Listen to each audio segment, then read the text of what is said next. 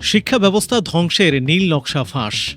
শিক্ষক নিয়োগে গভর্নিং বোর্ডের নেপথ্যে ৭৫,০০০ শূন্য পদে হাজার হাজার কোটি টাকার বাণিজ্য। স্কুল ও কলেজের ব্যবস্থাপনা কমিটি গভর্নিং বোর্ডের হাতে আবার শিক্ষক নিয়োগের ক্ষমতা ফিরিয়ে দেওয়ার উদ্যোগ নিয়েছে শিক্ষা মন্ত্রণালয়। তবে এই সিদ্ধান্ত শিক্ষা ব্যবস্থার জন্য মারাত্মক ঝুঁকি তৈরি করতে পারে বলে আশঙ্কা করছেন সংশ্লিষ্টরা। তাদের মতে এতে শিক্ষা খাত নতুন করে দুর্নীতির সুযোগ তৈরি হবে এবং শিক্ষার মান আরও নিচে নেমে যাবে। এমনিতেই গত সোমবার প্রকাশিত এসএসসি পরীক্ষার খারাপ ফলাফলের পর শিক্ষার মান নিয়ে দেশজুড়ে আলোচনায় সমালোচনা চলছে। শিক্ষা মন্ত্রণালয় ও বেসরকারি শিক্ষক নিবন্ধন ও প্রত্যয়ন কর্তৃপক্ষ এনটিআরসি-এ কিছু কর্মকর্তা একজোট হয়ে এই অনিয়মের পথ তৈরির চেষ্টা করছেন বলে অভিযোগ উঠেছে। বর্তমানে এনটিআরসি এর মাধ্যমে কেন্দ্রীয়ভাবে শিক্ষক নিয়োগের সুপারিশ করা হয়। এই ব্যবস্থার বদলে পুরনো পদ্ধতিতে ফিরে যাওয়ার বিরোধিতা করে ঢাকা বিশ্ববিদ্যালয়ের শিক্ষা ও গবেষণা ইনস্টিটিউটের অধ্যাপক মোহাম্মদ নাজিবুর রহমান। তিনি বলেন, গভর্নিং বডির হাতে শিক্ষক নিয়োগের দায়িত্ব দেওয়া হবে একটি মহা বিপর্যয়। এনটিআরসি এর বিদ্যমান ব্যবস্থা তুলে না দিয়ে বরং এর আরও সংস্কার করা দরকার। প্রয়োজনে পাবলিক সার্ভিস কমিশন পিএসসির আদলে একটি স্বাধীন শিক্ষক নিয়োগ কমিশন গঠন করা যেতে পারে।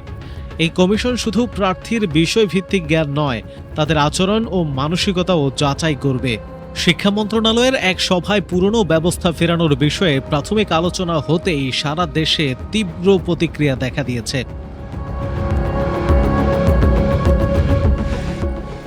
এর প্রতিবাদ করেছেন বিশ্ববিদ্যালয়ের শিক্ষার্থীরা। শিক্ষক সংগঠনগুলিও রাজপথে নামার হুমকি দিয়েছে। পরিস্থিতি সামাল দিতে শিক্ষা মন্ত্রণালয় অবশ্য জানিয়েছে, এ বিষয়ে এখনও কোনো চূড়ান্ত সিদ্ধান্ত নেওয়া হয়নি। এই সিদ্ধান্তের নেপথ্যে রয়েছে বড় একটি বাণিজ্য। এমপিও নীতিমালা অনুযায়ী বর্তমানে দেশের বেসরকারি স্কুল, কলেজ, মাদ্রাসা ও কারিগরি শিক্ষা প্রতিষ্ঠানে ৭৫,৭৬২ পদ খালি রয়েছে।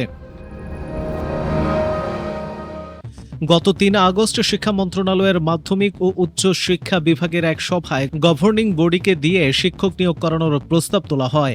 সেখান থেকে বলা হয়, এনটিআরসি শুধু পরীক্ষা নিয়ে সনদ দেবে, কিন্তু কোনো শিক্ষক নিয়োগের সুপারিশ করবে না।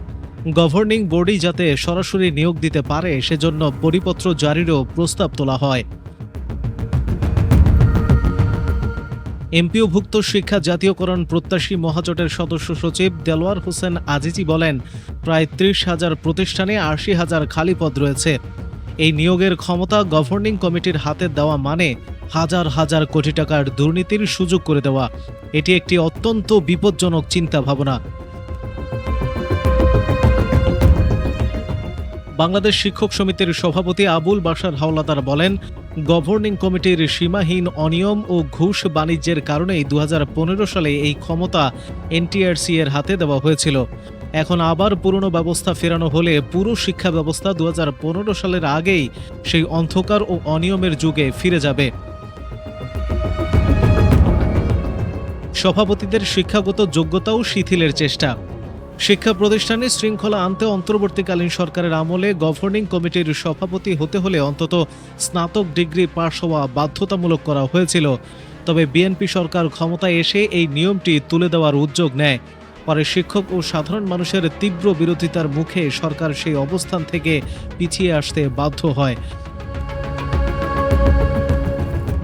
ছাত্র জনতার অভ্যুত্থানে আওয়ামী লীগ সরকারের পতনের পর শিক্ষা প্রতিষ্ঠানগুলোতে তৎকালীন গভর্নিং বডির সদস্যরা পদত্যাগ করতে বাধ্য হন।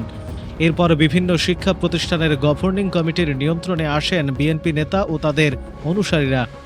শিক্ষা সংশ্লিষ্টদের ধারণা, নতুন করে ক্ষমতায় আসা রাজনৈতিক নেতাদের চাপেই শিক্ষা মন্ত্রণালয় আবার গভর্নিং বডির মাধ্যমে নিয়োগ দেওয়ার কথা চিন্তা করছে সরকার। কয়েকটি স্কুলের গভর্নিং কমিটির বর্তমান সভাপতিরাও স্বীকার করেন, ২০১৫ সালের আগে যেসব শিক্ষক নিয়োগ পেয়েছিলেন তাদের অনেকেরই যোগ্যতায় ঘাটতি ছিল, কারণ তখন ঘুষ ও স্বজনপ্রীতির মাধ্যমে চাকরি পেতেন অনেকে। পরবর্তীতে এনটিআরসি এর মাধ্যমে একাধিক ধাপে পরীক্ষা দিয়ে যোগ্য শিক্ষকরা আসতে শুরু করলে শিক্ষার পরিবেশ উন্নত হতে থাকে।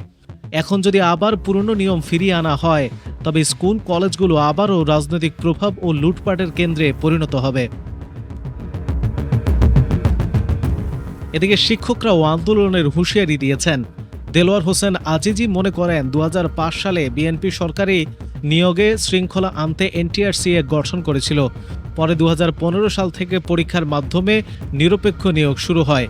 সবার আশা ছিল বর্তমান সরকার বিসিএস বা পিএসসির মতো এই প্রক্রিয়াকে আরও স্বচ্ছ ও শক্তিশালী করবে, কিন্তু তার বদলে দুর্নীতিকে উৎসাহিত করার উদ্যোগ নেওয়া হচ্ছে। এদিকে শিক্ষামন্ত্রী আনম এহসানুল হক মিলন জানিয়েছেন, গভর্নিং কমিটির মাধ্যমে শিক্ষক নিয়োগের ব্যাপারে কোনো চূড়ান্ত সিদ্ধান্ত নেওয়া হয়নি। বিষয়টি নিয়ে কেবল আলোচনা হয়েছে। তবে সভার ভেতরের তথ্য বাইরে প্রকাশ হওয়ায় তিনি ক্ষোভ প্রকাশ করে একে কোনো গোপন চক্রের কাজ বলে দাবি করেন। শিক্ষকরা অবশ্য তার এই মন্তব্য মেনে নেননি। শিক্ষক নেতারা জানিয়েছেন, আগামী 25 আগস্টের মধ্যে প্রতিষ্ঠান প্রধানদের চলমান নিয়োগ প্রক্রিয়া সঠিকভাবে শেষ করা না হলে এবং নিয়োগ ক্ষমতা হস্তান্তরের প্রস্তাব ফিরিয়ে না নেওয়া হলে তারা কঠোর আন্দোলনে নামবেন।